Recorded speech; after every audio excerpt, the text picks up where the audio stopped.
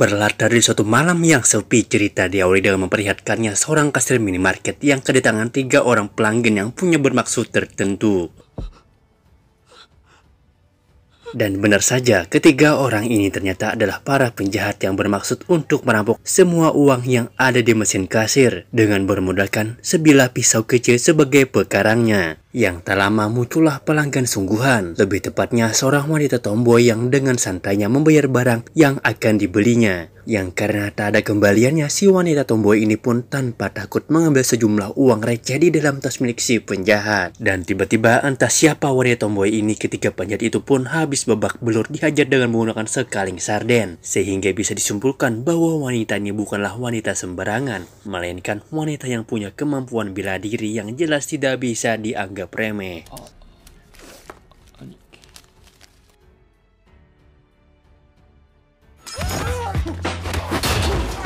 Dan inilah Ballerina. Dan sebelum lanjut, subscribe dulu ke channel kami agar kalian mendapatkan notifikasi video selanjutnya. Dan jika sudah subscribe, dan kita ke alur ceritanya. Kisah akan berfokus pada si wanita tomboy yang barusan. Ia bernama Okju, seorang mantan pengawal pribadi yang kini hidup menyendiri. Yang pada malam itu kebetulan ia mendapatkan panggilan telepon dari teman dekatnya yang bernama, kita panggil saja si Ballerina, yang memintanya untuk datang dan membawa sebotol minuman. 이것저것 하면서 지냈어. 살은 왜 이렇게 빠졌어?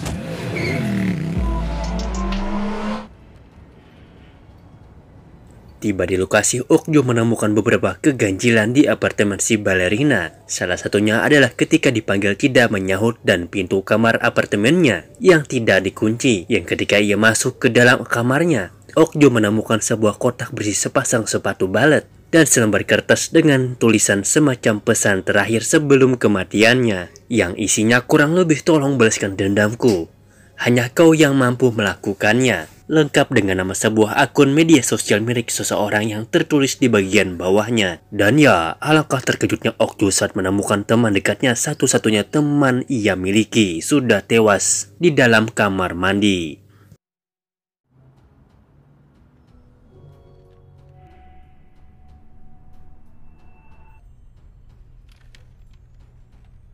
나는 뭐 그냥.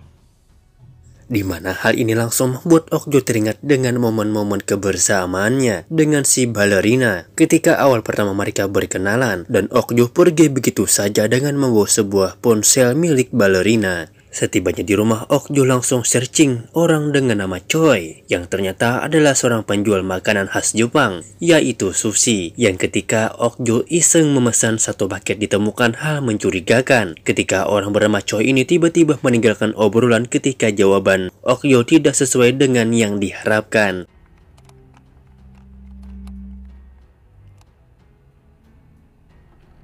Satu jam berlalu ketika Okju sedang menunggu, tiba-tiba ponsel milik si Ballerina berbunyi pada panggilan telepon dari nomor tak dikenal. Tetapi setelah diangkat, orang itu sepertinya kena si Ballerina. Yang hal itu terbukti ketika orang ini mengancam akan menghancurkan hidup si Ballerina. Orang ini mengancam akan menghancurkan hidup Ballerina jika tidak datang ke jembatan tepat pukul 2 esok malam. 처음으로 느꼈어.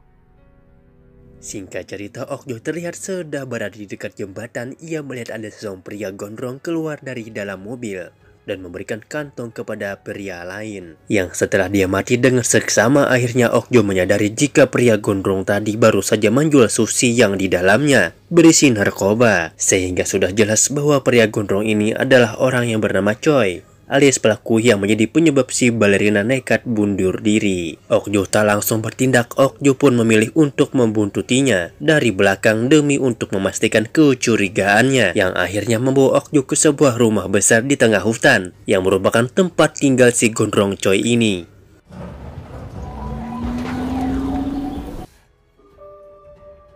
Keesokan paginya ketika si gondrong pergi keluar, Okju yang sadari pagi menunggu pun langsung beraksi dengan cara masuk melewat pintu depan. Sebagai mantan pengawal pribadi yang bekerja di jasa keamanan pun tentu Okju masih memiliki beberapa perangkat canggih seperti alat perekam suara yang dia tempel di bawah meja.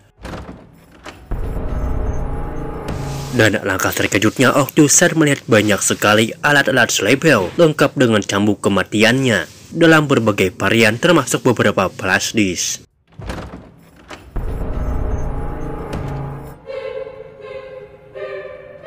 Di video rekaman para korbannya yang salah satunya ada nama sahabat baiknya yang tiada lain adalah si balerina. Betapa sakitnya hati Okju saat baru menyadari jika selama ini teman baiknya si balerina berada dalam kondisi tertekan akibat video tersebut, di mana si gondrong Choi mesum ini ternyata tidak hanya menjual narkoba tetapi juga membuat video-video mesum yang dilakukan secara paksa, sehingga para korban termasuk si balerina tidak memiliki kendali atas hidupnya karena Choi mengancam akan menyebarluaskan video tersebut. Tak ingin menjadi wanita lemah yang terus-terusan mewek dan lemah, Okju pun mulai perburuannya dengan mendengarkan percakapan si gondrong dengan para kliennya, yang akhirnya didapatkanlah sebuah nama klub malam yang akan menjadi lokasi si gondrong mencari mangsa barunya. Tak bisa hanya mengandalkan penampilan tomboynya, Okju pun pergi ke apartemen si balerina untuk memakai salah satu baju unyu-unyunya dengan harapan bisa memancing si gondrong untuk menjadikannya sebagai mangsa.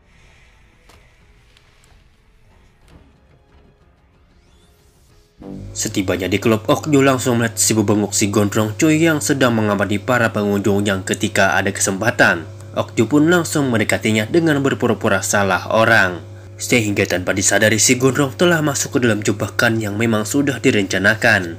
Tak membutuhkan waktu lama bagi Okju untuk bisa langsung diajak ke hotel oleh si gondrong mesum ini, di mana lokasi hotelnya sendiri berada di pinggiran kota yang cukup jauh dari jalan raya, yang sepertinya memang menjadi hotel langganan si gondrong untuk membuat video asustilanya. Setibanya di dalam kamar, Okju yang menunggu waktu tepat untuk beraksi pun hanya duduk terdiam sambil tersenyum sembari melihat keluguannya Choi. Manusia gondrong ini pun semakin excited untuk bisa mengicip-ngicipi sehingga tak membutuhkan waktu lama untuk ia membuat Okju tak sadarkan diri. Yang padahal kita semua tahu ia hanya pura-pura saja. Choi langsung mengambil perlengkapan tempurnya termasuk topeng kulit berwarna hitam untuk merekam aksi bejatnya. Saat sedang diraba-raba, saat itulah tangan kanan Okju terlihat sudah bersiap dengan sebilah pisau kecil, yang ketika sudah waktunya untuk beraksi tiba-tiba dan terjadilah perkelahian sengit gara-gara Okju yang gagal membunuhnya, sehingga Okju harus melakukan effort lebih untuk bisa membalaskan kematian sahabatnya.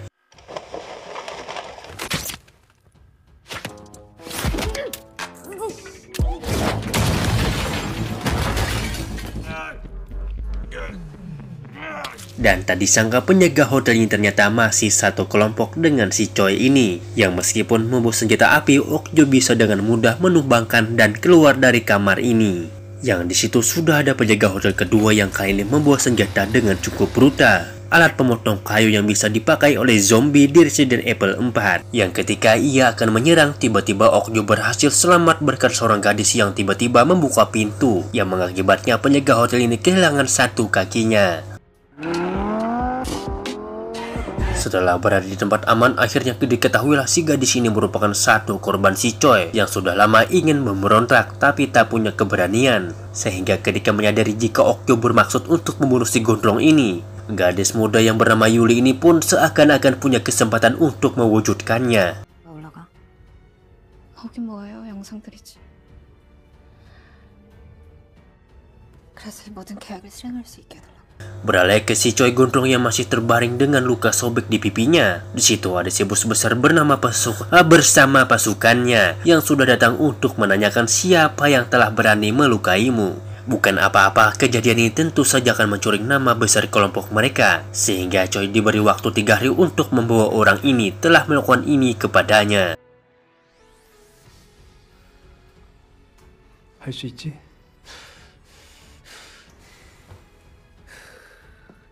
Setelah pulih, Choi terlihat sudah berada di sebuah apotek untuk meminta kepada seorang oknum apoteker yang memiliki jiwa pembunuh sekaligus orang yang bisa mengemas barang-barang haramnya. Yang setelah bernegosiasi masalah harga pun dan setuju untuk membayarnya dengan harga tinggi. Si apoteker pun setuju dengan memburu orang yang telah membuat wajah Choi terluka.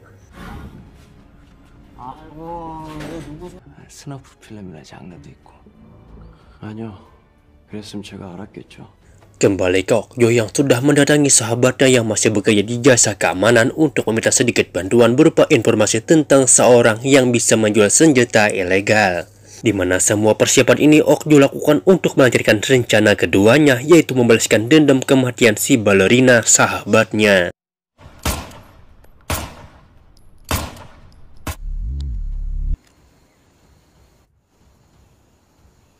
걔가 죽어. Kebantuan si kawan Okju pun bisa langsung COD dengan pasangan kakek nenek penjual senjata ilegal yang selain menyediakan beragam senjata api konvensional pada umumnya, mereka juga menawarkan satu senjata yang benar-benar sekali senjata api yang sangat-sangat api, yaitu perangkat penyembur api yang memiliki jangkauan cukup luas. Setelah semua persiapan sudah siap, Okju pun nampaknya masih ragu akan melakukannya atau tidak. Yang hal itu pun dikomplain si Yuli yang merasa bahwa Okju terlalu membuang waktu, terlalu mengundur-undur waktu. Karena jika tidak segera dilakukan serangan, ditakutkan malah si Choi lah yang akan justru menyerang duluan.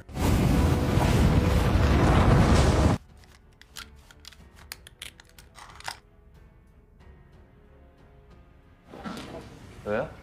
이쪽 와봐요. Bukannya ditegaskan, Okju malah belanja cemilan ke minimarket untuk makanan mereka berdua, yang ketika kembali ke rumah Yuli sudah tidak ada di tempat. Dan tiba-tiba muncullah si Choi dan si apoteker yang sekonyong-konyong menyerangnya, sehingga Okju terpaksa loncat melalui jendela berlokasi di tempat latihan kuda sekaligus markas utama pembuatan barang haramnya. Choi pun bertanya si bos untuk melaporkan tentang tugasnya yang katanya sudah selesai. Yang ketika ditanya di mana mayatnya, si Choi pun berkilah berbohong dengan mengatakan bahwa tubuh Okju sudah dipotong-potong dan dikubur di suatu tempat untuk supaya si bos tidak memperpanjang masalahnya. Melihat ada Yuli di sana, si bos kembali marah kepada Choi yang kurang cerdas dalam bertindak. Karena jika Choi benar-benar sudah membujuk Okju, tentu saja Yuli akan menjadi saksi matanya. Sehingga si bos menyuruh Choi untuk secepatnya membereskan masalah kecil ini supaya bisa kembali fokus pada bisnis penting mereka. Bertempat di kandang kuda, Yuli pun disemprot air supaya mau buka mulut tentang di mana Okju berada. Yang karena menolak memberitahunya, Choi pun mengambil cambuk kuda untuk lebih menyakitinya. Beralih ke dua penjaga yang salah satunya di antara sudah kehilangan satu kakinya. Tiba-tiba muncullah tamu yang membuat satu penjaga pergi ke depan. Yang ketika si Buntung memeriksa kamera CCTV penjaga, sudah tergeletak bersimbah darah dan berkat informasi dari si penjaga. Berkat informasi si penjaga Buntung, Okju pun langsung meluncur ke markas si bos besar yang disitu Okju dengan tanpa rasa takut ikut masuk ke dalam lift yang berisi 3 anak buah si bos besar. Dan di tengah anak buah si bos yang sedang bekerja, Okju tanpa rasa takut muncul dengan terang-terangan sambil membawa sepucuk pistol, di mana si bos yang menyadari hal itu pun sempat kesal kepada si gondrong yang telah berbohong mengenai kematiannya.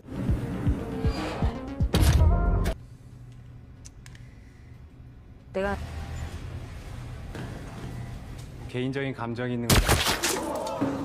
Yang karena tembakan kedua macet, seluruh antek-antek si bos pun besar menyerang dan membuat Okju harus menggunakan pistol kedua yang melakukan pertarungan jarak dekat. Setelah menghabisi satu kelompok mafia hanya sendirian saja, Okju pun langsung mencegat si apoteker yang sedang membawa Yuli untuk dibuang. Yang ketika Okju akan menembaknya, tiba-tiba Choi datang di waktu yang tepat, sehingga membuat si apoteker senang bukan kepalang, karena sebentar lagi akan mendapatkan bayaran besar sesuai dengan kesepakatan di awal tadi. Yang karena semua orang sudah mati, bos dan kelompoknya sudah tamat pun, Choi pun membunuh si apoteker karena dianggap sudah tidak berguna lagi. Dan ya, Okju pun bersembunyi di balik mobil tepat saat Choi akan menghabisinya, di mana Yuli tiba-tiba bangun dan mengalihkan perhatian si Choi, memberikan Okju kesempatan untuk melumpuhkannya dari arah samping. Si gondrong pun sedang pingsan pun dimasukkan ke dalam bagasi dan dibawa ke pantai untuk dilakukan eksekusi terakhir, di mana Choi yang awalnya gagah dan mudah sekali untuk melakukan pelecehan, kini nampaknya seperti ayam sayur yang terus memohon agar diampuni. Melihat si gondrong merengek-rengek seperti anak kecil membuat Okju sempat merasa kasihan dan sempat akan membatalkan niatnya. Tetapi ketika dia mulai sombong lagi dengan mengancam akan mengulangi perbuatannya di neraka kepada si balerina yang sudah lebih dulu ada di sana. Hingga akhirnya rasa kasihan itu pun sirna seketika, sehingga Okju pun langsung mengambil pelontar api dan membakar si Choi gondrong hidup-hidup.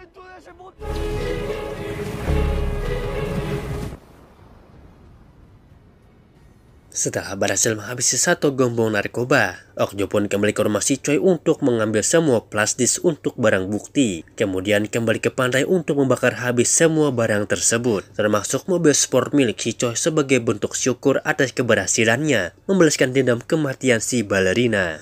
Dan film pun tamat. Dan jangan lupa untuk subscribe ke channel ini agar kalian mendapatkan notifikasi video lainnya dari channel kami. Dan jika sudah subscribe, saya pamit undur diri untuk melanjutkan kehidupan untuk di alam mimpi.